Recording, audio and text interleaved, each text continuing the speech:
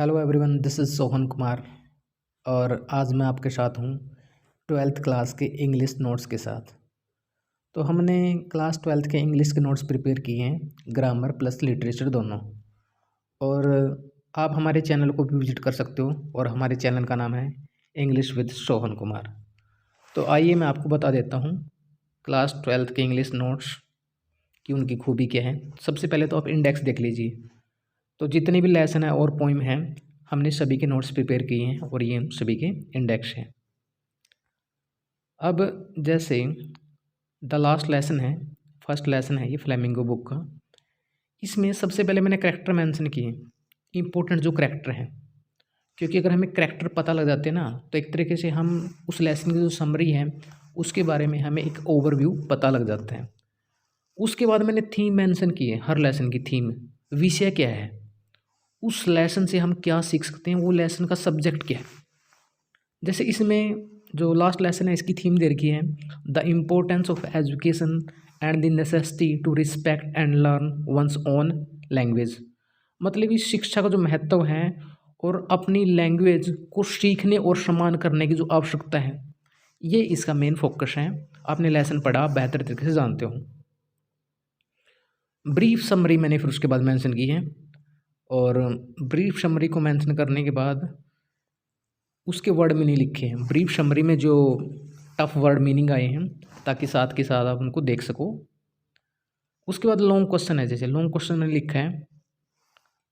First question है जैसे write a brief character sketch of M Hamel the narrator teacher, और how do you estimate M Hamel as a man with a ruler and as a man with a गेसर।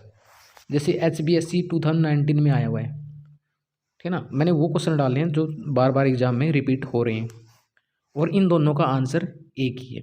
दूसरी बात ये आती है student के सामने, परेशानी आती है खासतौर पे, और परेशानी ये आती है कि जैसे लॉन्ग क्वेश्चन है, 3 लॉन्ग क्वेश्चन दे रखे हैं अलग अलग जगह पर, एक टेक्सचुअल में दे रखा है, 2 एडिशनल में दे रखे हैं लॉन्ग क्वेश्चन। आंसर उनके वही है, फ़र्क क्या है, बस जो उनकी क्वेश्चन है ना, क्वेश्चन को पूछने का तरीका उन्होंने अलग कर दिया।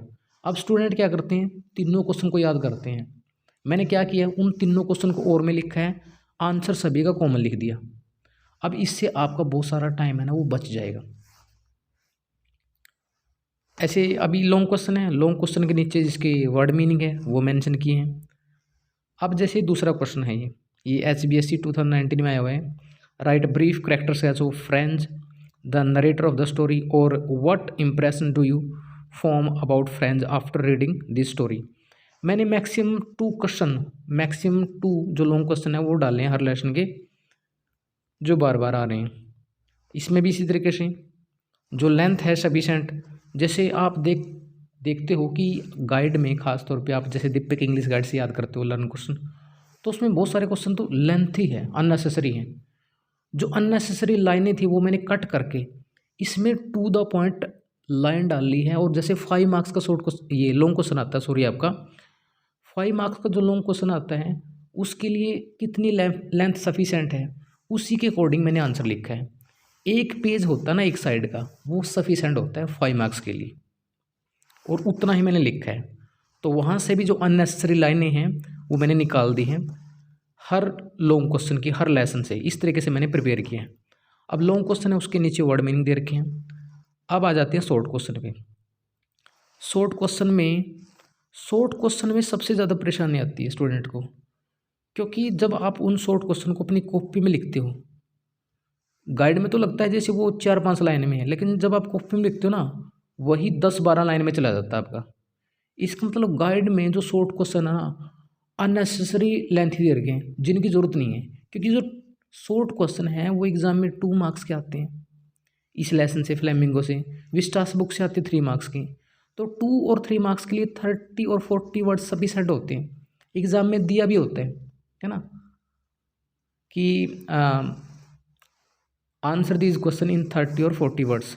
और 30 और 40 वर्ड्स के लिए 4 या 5 लाइन सफिशेंट होती है, लेकिन गाइड में अननेसेसरी दे होता है। तो इस तरीके से आपको कितनी अननेसेसरी लाइनें, कितनी एक्स्ट्रा चीज़ें याद करनी पड़ती हैं, मैंने उनको निकाल दिया। शॉर्ट क्वेश्चन में मैंने वही लाइन लिखी है जो इंपॉर्टेंट है, टू द पॉइंट है। ये कोई मुश्किल क्वेश्चन है उसमें ईजी लाइन को मैंने रिप्लेस कर दिया। तो आप देख पा रहे हो, अब शॉर्ट क्वेश्चन है, शॉर्ट क्वेश्चन के बाद वर्ड मीनिंग है, जो ये आए हुए हैं, इसमें भी शॉर्ट क्वेश्चन में वही हैं जैसे और में डाल रखे मैंने, क्योंकि शॉर्ट क्वेश्चन भी बहुत सारे ऐसे हैं लेसन में कि एक टेक्सचुअल क्वेश्चन में दे रखा वो लॉन्ग में दे रखा है 2 बार, लेकिन आंसर उनका वही है। तो मैंने तीनों को एक साथ डाल दिया और में, ताकि आपको पता लग जाए, और आंसर सभी का कॉमन लिख दिया। तो इस तरीके से शॉर्ट के बाद आप देख पा रहे हो ये वर्ड मीनिंग है, वही बात मैंने आपको बताई थी। और इसी तरीके से जितने भी शॉर्ट क्वेश्चन हैं जैसे और में है, आंसर एक है, अलग अलग क्वेश्चन आपको याद करने की ज़रूरत नहीं है। तो ये लेसन थोड़ा लेंथी है, इसमें मैंने 15 क्वेश्चन डाले हैं, बाकी मैंने कोशिश की है हर लेसन में 10 या 12 इंपॉर्टेंट क्वेश्चन बस मैक्सिमम, और लास्ट में MCQ क्वेश्चन, क्योंकि MCQ क्वेश्चन भी पूछे जाते हैं। MCQ क्वेश्चन जो इम्पोर्टेंट है उनको भी मैंने प्रिपेयर किया है। और इसी तरीके से अब जैसे ये आ गया लेस द लॉ स्प्रिंग, तो ये मैंने दिखाया ओवरव्यू लिटरेचर के बारे में। चलिए अब मैं आपको दिखा देता हूँ ऐसे ही ग्रामर का जो ओवरव्यू है, ग्रामर की तरफ हम बढ़ते हैं। तो ग्रामर में जैसे मैं ये नरेशन ले लेता हूँ, वैसे ग्रामर में टेंसेज हैं, नरेशन है, आर्टिकल्स है, एक्टिव पैसिव वॉइस है, मॉडल्स हैं, सभी के मैंने नोट्स प्रिपेयर किए हैं। तो ये मैं एग्जांपल के तौर पे आपको दिखा रहा हूँ। जैसे नरेशन है, अब नरेशन के जैसे मैंने नोट्स प्रिपेयर किए हैं। नरेशन और स्पीच दोनों का मतलब एक ही है। तो नरेशन, स्पीच और डायरेक्ट नरेशन और इनडायरेक्ट नरेशन और डायरेक्ट स्पीच और इनडायरेक्ट स्पीच और रिपोर्टेड स्पीच, सभी का मतलब एक ही होता है। अलग अलग गाइड में आपको अलग अलग नाम मिलेंगे, तो आप कंफ्यूज हो सकते हो, इसलिए आप कंफ्यूज ना हो, तो इसलिए मैंने डाला है कि इन सभी का मतलब एक ही होता है। उसके बाद जैसे मैंने नरेशन की डेफिनेशन लिखी है, हर जैसे मैंने टेंस करवाए हैं, एक्टिव पैसिव्स करवाए हैं, सबसे पहले उनकी डेफिनेशन लिखी है कि वो होते क्या हैं, ताकि आप बेहतर तरीके से समझ सको। अब जैसे आप नरेशन को ले लीजिए, नरेशन और स्पीच किसे कहते हैं?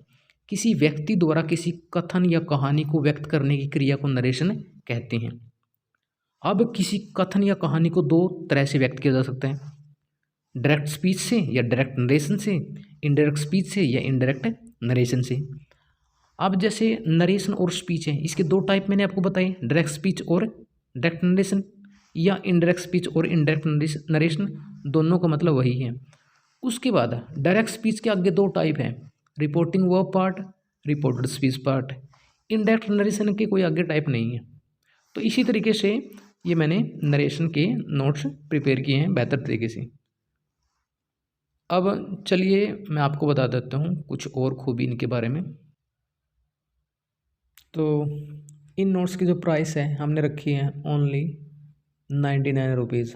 अगर आप इन नोट्स को परचेज़ करना चाहते हो तो आप 99 रुपीज़ से फ़ोनपे या गूगल पे कर सकते हो इसी नंबर पे, और फ़ोनपे और गूगल पे करने के बाद जो उसका स्क्रीनशॉट है इसी नंबर पर आप शेयर कर देना। उसके बाद आपको इन नोट्स की PDF मिल जाएगी। तो आज के लिए इतना ही, मिलते हैं नेक्स्ट वीडियो में। तो तब तक के लिए हैव ए नाइस डे।